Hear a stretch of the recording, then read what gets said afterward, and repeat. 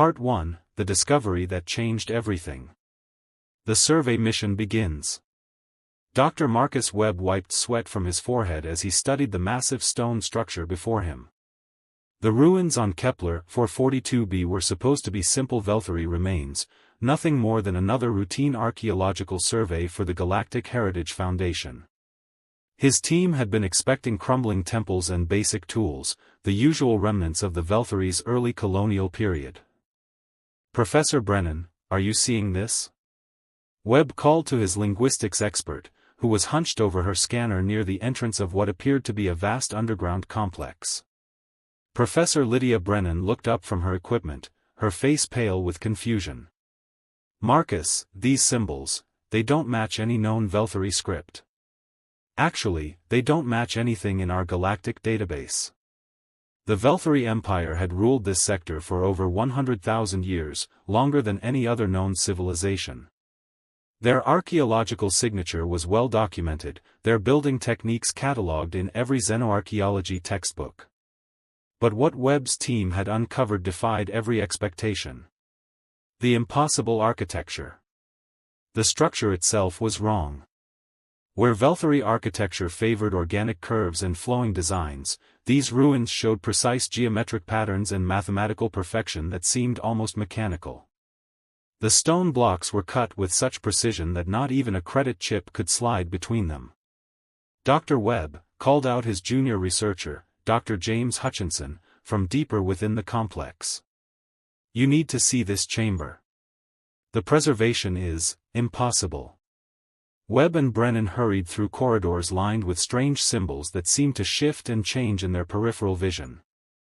The deeper they went, the more obvious it became that this was no Velthari construction.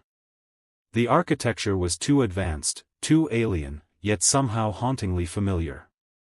The chamber Hutchinson had discovered took their breath away.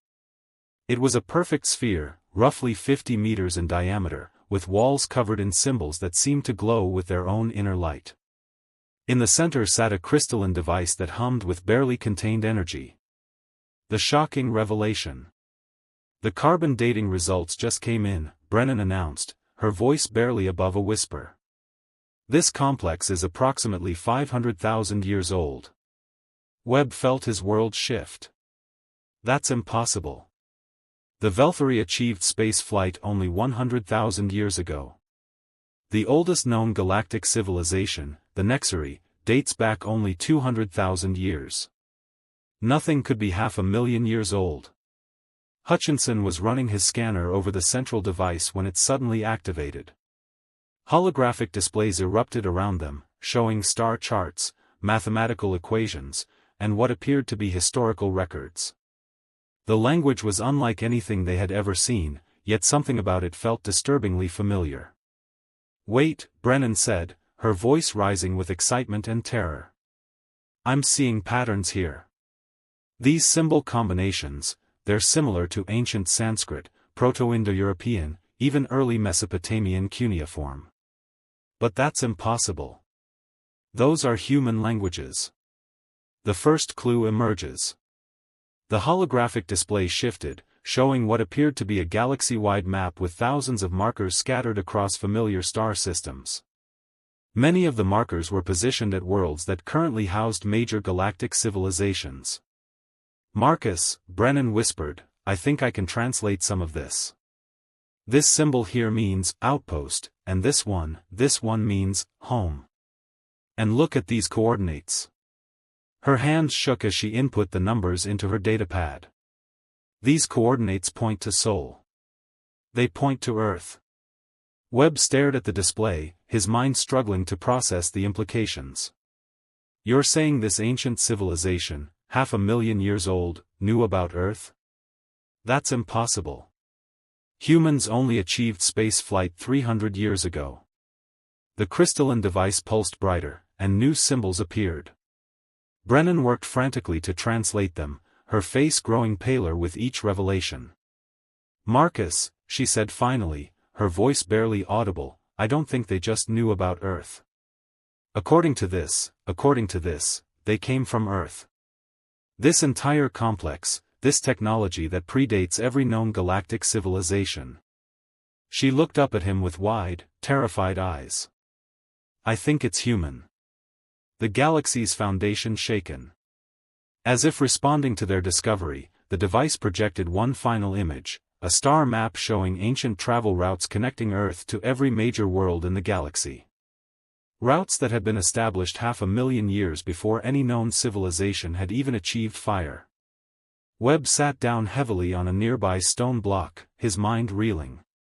If this was true, if humans had somehow achieved interstellar travel 500,000 years ago, then everything the galaxy believed about history, about the order of civilizations, about humanity's place in the cosmos, was a lie. We need to contact the Galactic Council immediately, he said finally. Brennan nodded, but her expression was troubled. Marcus, if we're right about this, we're not just rewriting history. We're claiming that humans were exploring the galaxy before any other known species had even evolved intelligence. Do you really think they're going to believe us? As alarms began blaring from their orbital research station above, indicating the approach of Velthari warships, Webb realized that belief might be the least of their problems. Part 2. Decoding the Impossible Truth. The military arrives. Commander Tobias Grant's boots echoed through the ancient corridors as he surveyed the discovery that had shaken the entire human colony fleet. The grizzled military officer had seen action across 3 sectors, but nothing had prepared him for what Dr. Webb's team had uncovered on Kepler 442b. Doctor, I need a full briefing, Grant said, his weathered face stern with concern. 3 Velthari battle cruisers are demanding we cease all operations immediately. They're claiming we're desecrating sacred Velthari heritage sites. Dr. Marcus Webb looked up from the crystalline device, exhaustion evident in his eyes. Commander, what we've found here changes everything. This isn't a Velthari site. According to our analysis, this predates their civilization by 400,000 years. Grant's expression hardened. That's impossible, Doctor. The Velthari Empire has documented proof of their 100,000-year history in this sector. The AI breakthrough. Professor Brennan approached with a sophisticated AI construct floating beside her. The spherical device projected a calm blue light as it spoke in a synthesized voice. I am Zephyr 9, assigned to Linguistic Analysis Protocols, the AI announced. I have completed preliminary translation of 847 symbol combinations found within this facility. The results are unprecedented. Zephyr 9 projected a holographic display showing rows of translated text. The language structure matches proto-human linguistic patterns with 94.7% accuracy. More significantly, the mathematical constants embedded in the text correspond exactly to Earth's physics and astronomical measurements. Commander Grant studied the projections with growing unease. You're telling me humans built this place 500,000 years ago? That's before Homo sapiens even existed. Not modern humans, Webb corrected. But clearly our ancestors. Look at this. He activated another section of the device, revealing detailed anatomical diagrams. These show humanoid beings with nearly identical bone structure to modern humans, but with slight variations suggesting they were an earlier evolutionary branch. The Draknari delegation. Ambassador Keth of the Draknari Confederation materialized in the chamber through a shimmering transport portal, his reptilian features twisted with suspicion. The Draknari had been allies with humanity for over 50 years, but political tensions were rising throughout the galaxy. Commander Grant, Keth hissed, his forked tongue flicking nervously, my government demands an explanation. Your archaeological claims threaten the established galactic historical timeline. The Draknari achieved space flight 75,000 years ago, making us the third oldest galactic civilization. These fabrications cannot be tolerated. Webb stepped forward, his voice calm but firm. Ambassador, these aren't fabrications. Zephyr 9, show him the genetic analysis results. The AI projected a complex DNA strand comparison. Genetic material recovered from this site shows 89.3% compatibility with modern human DNA. The remaining 10.7% variation suggests evolutionary divergence approximately 500,000 years ago. Ketha's scales darkened with agitation. Impossible. Your species was primitive when my ancestors first mapped the Outer Rim territories. The historical records unfold. Professor Brennan had been working tirelessly to decode more of the ancient archives. Marcus, I've found something incredible. These aren't just random records. They're detailed historical accounts. The crystalline device responded to her touch, projecting a three-dimensional map of the galaxy with thousands of interconnected routes. Stars pulsed with different colors, indicating various types of installations. According to these records, Brennan continued, ancient humans established a network of research stations, colonies, and outposts across the entire galaxy. They weren't just explorers, they were gardeners. Gardeners? Grant asked, leaning closer to examine the display. They were seeding worlds with the building blocks of life, Webb explained, his voice filled with awe. These records indicate they discovered dozens of worlds with primitive life forms and helped guide their evolution toward intelligence. Zephyr-9 processed the new data rapidly. Cross-referencing with known galactic civilizations, remarkable. Every major spacefaring species evolved on worlds marked in these ancient human archives. The probability of coincidence is less than 0.0001%. The implications become clear. Ambassador Ketha's aggressive posture began to waver as the evidence mounted. You're suggesting that humans, that your ancestors were responsible for nurturing the development of our civilizations? It appears so, Webb replied. But there's something else. Look at this timeline.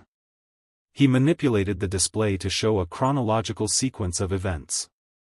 All human activity in these records stops abruptly approximately 450,000 years ago. No gradual decline, no signs of war or disaster. Just silence. Commander Grant studied the data with his military strategist's mind. Something made them disappear. The question is what, and why did they leave all this technology behind? The crystalline device suddenly pulsed with new energy, and a message appeared in clearly translated English: warning, containment protocols failing. Ancient threat level rising. Seek the nexus. Find the architect. The mystery deepens. Zephyr-9, analyze that message, Brennan ordered urgently. The linguistic pattern suggests this message was programmed to activate upon specific conditions being met, the AI responded. The terms nexus and architect appear frequently throughout the archives, but always in heavily encrypted sections I cannot yet decode. Ambassador Keth stepped closer to the device, his earlier hostility replaced by growing concern. If humans vanished to deal with some ancient threat, and that threat is now returning. Commander Grant activated his communication device. This is Grant to Orbital Command. I need immediate contact with Earth Command and the Galactic Council. We have a Code 1 archaeological discovery that affects galactic security. Webb looked around at the ancient chamber, feeling the weight of 500,000 years of history pressing down on them. Whatever caused our ancestors to abandon this galaxy-spanning civilization, they left these archives as a warning. And if I'm reading these symbols correctly, that warning is meant for us. The device pulsed once more, and new chambers began unsealing throughout the complex, each one promising more revelations about humanity's forgotten galactic empire and the mysterious threat that had forced them into exile. Part 3, The Galactic Council's Denial. The council chambers erupt. General Harrison Blake stood before the assembled Galactic Council, his dress uniform immaculate despite the chaos erupting around him. The massive chamber on Nexus Prime hosted representatives from 47 different species, and every one of them was shouting. The human claims are preposterous, roared Overlord Vextai of the Nexary Council, his massive form dominating the speaker's platform. My people have ruled the central galaxy for 200,000 years. We have documentation, archaeological evidence, genetic records proving our civilization's ancient heritage. Chancellor Mordun, the elderly Altarian who presided over the council, struggled to maintain order. "General Blake, present your evidence in a civilized manner. These claims that humans established galactic civilization 500,000 years ago are extraordinary." Blake activated the holographic display, showing images from the Kepler 442b site. "Honorable Council members, I present the findings of our archaeological team. Carbon dating confirms these structures are 500,000 years old. Genetic analysis of recovered remains shows 89.3% human DNA compatibility." The chamber erupted again. War Chief Brudok of the Thurian Empire slammed his massive fist on his delegation's table. "Lies. Deception.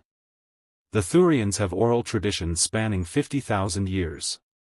No mention of humans exists in our ancestral memories. The evidence mounts." Dr. Rebecca Stone, the expedition's lead xenobiologist, stepped forward with her datapad. "Honored representatives, we've now discovered 17 additional sites across 6 different star systems. Each one contains the same architectural patterns, the same linguistic symbols, the same technological signatures." She manipulated the display to show a galaxy-wide map. "These sites are strategically positioned near every major spacefaring civilization's homeworld. The mathematical probability of coincidence is effectively zero." Ambassador Thyss of the Aquarian Collective raised one of her tentacled appendages. "Dr. Stone, are you suggesting that humans somehow influenced the evolution of our species? The Aquarians evolved in the depths of Oceanus Prime, isolated from all outside influence." "According to the archives we've decoded," Stone replied, "ancient humans established a research station in the Oceanus system 480,000 years ago. They introduced specific genetic modifications to primitive aquatic life forms that accelerated neural development." The Aquarian delegation fell silent, their bioluminescent patterns flickering with distress. The political implications. Chancellor Mordun leaned forward in his ceremonial chair. "General Blake, surely you understand the implications of what you're claiming. If humans were truly the galaxy's first spacefaring civilization, it would fundamentally alter every treaty, every territorial agreement, every diplomatic relationship we've established."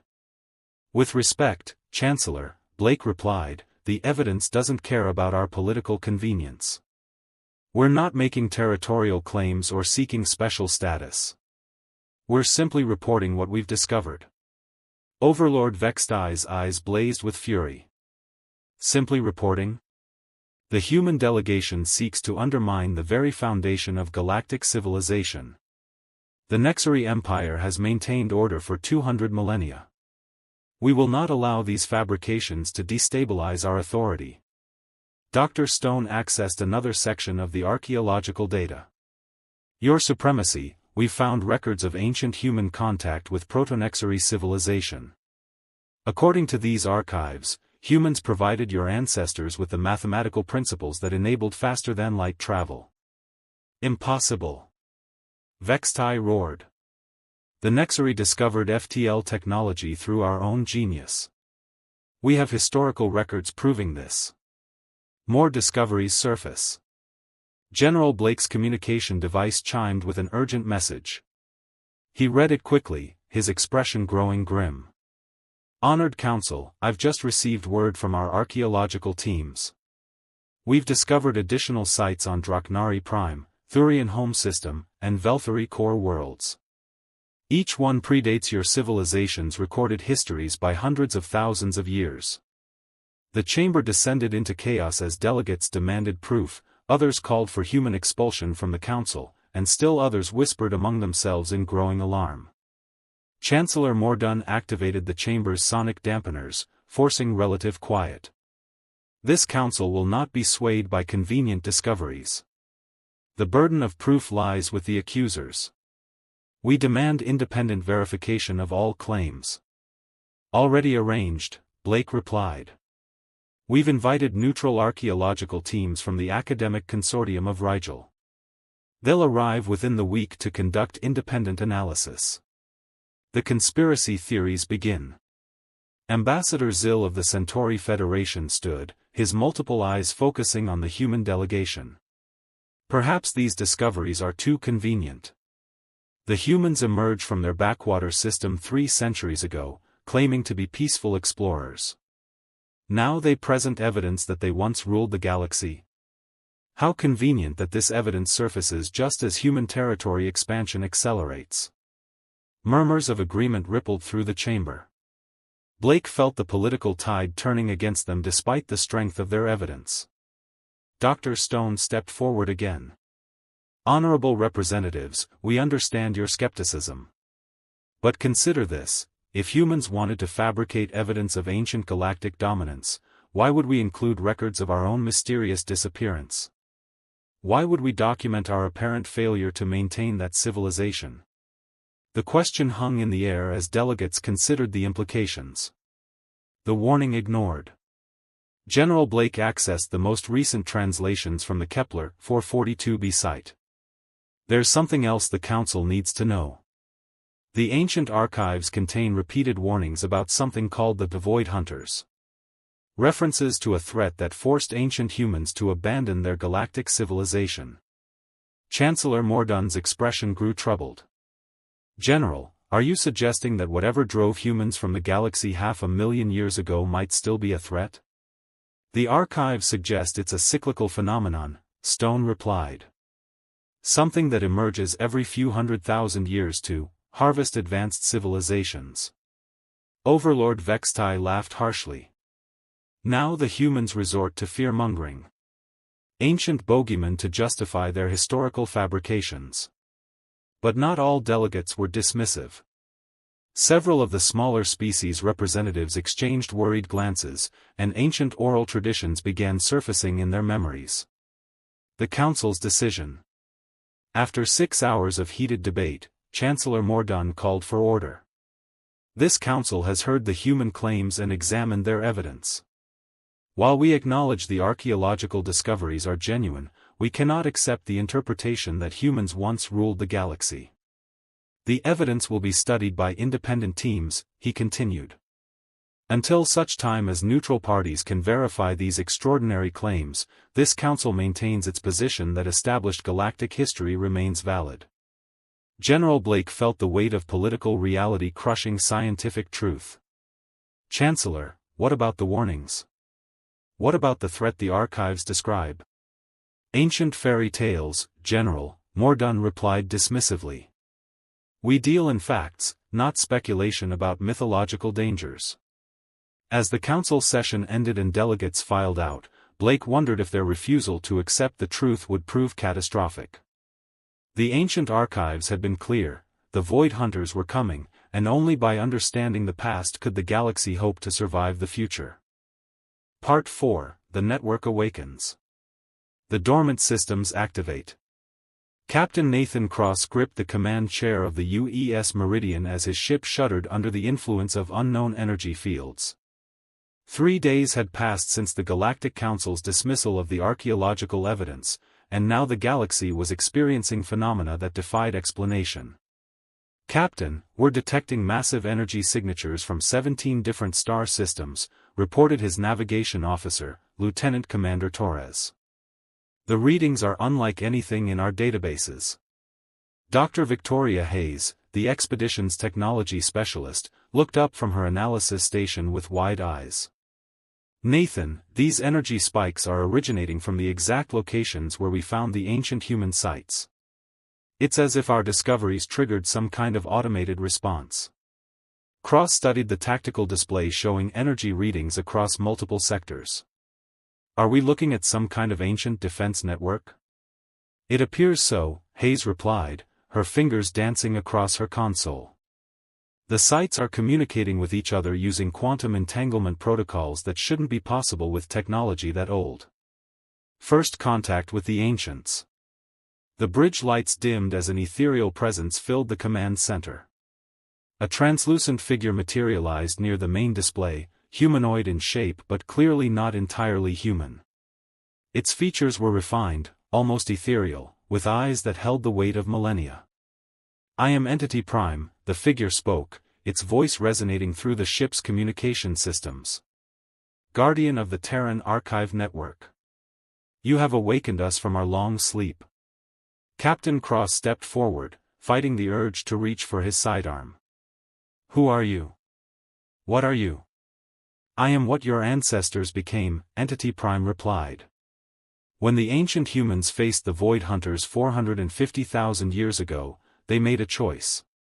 Rather than flee or fight a battle they could not win, they evolved beyond physical form to become eternal guardians. Dr. Hayes scanned the entity with every instrument at her disposal.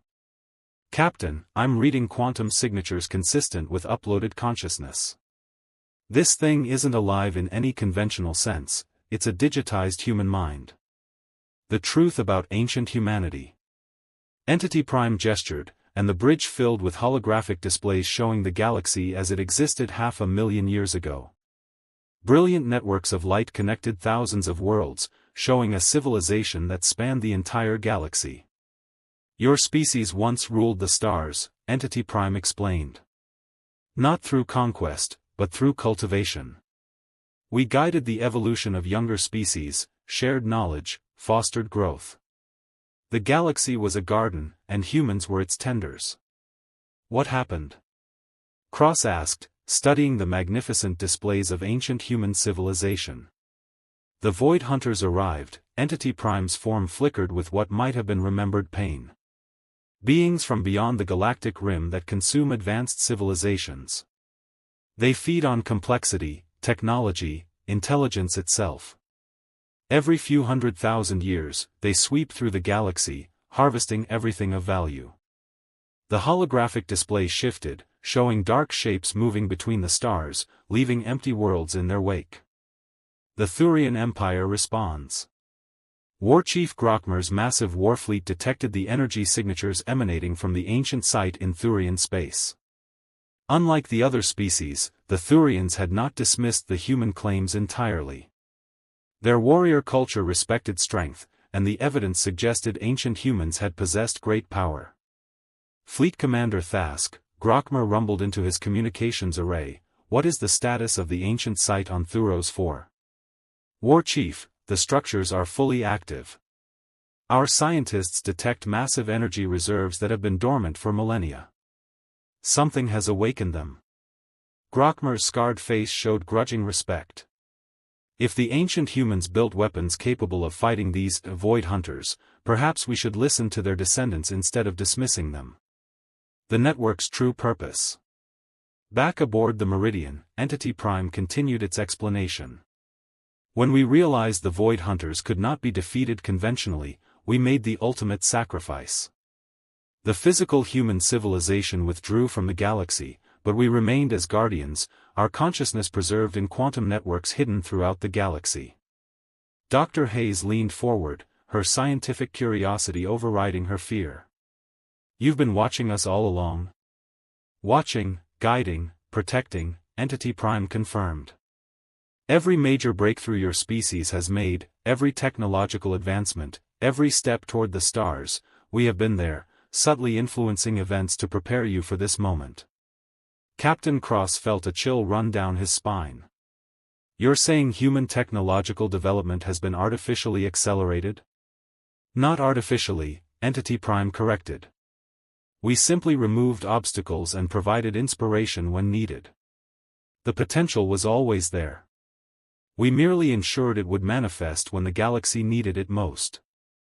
The Hunters return. Alarms began blaring throughout the ship as long-range sensors detected massive objects at the edge of the galaxy.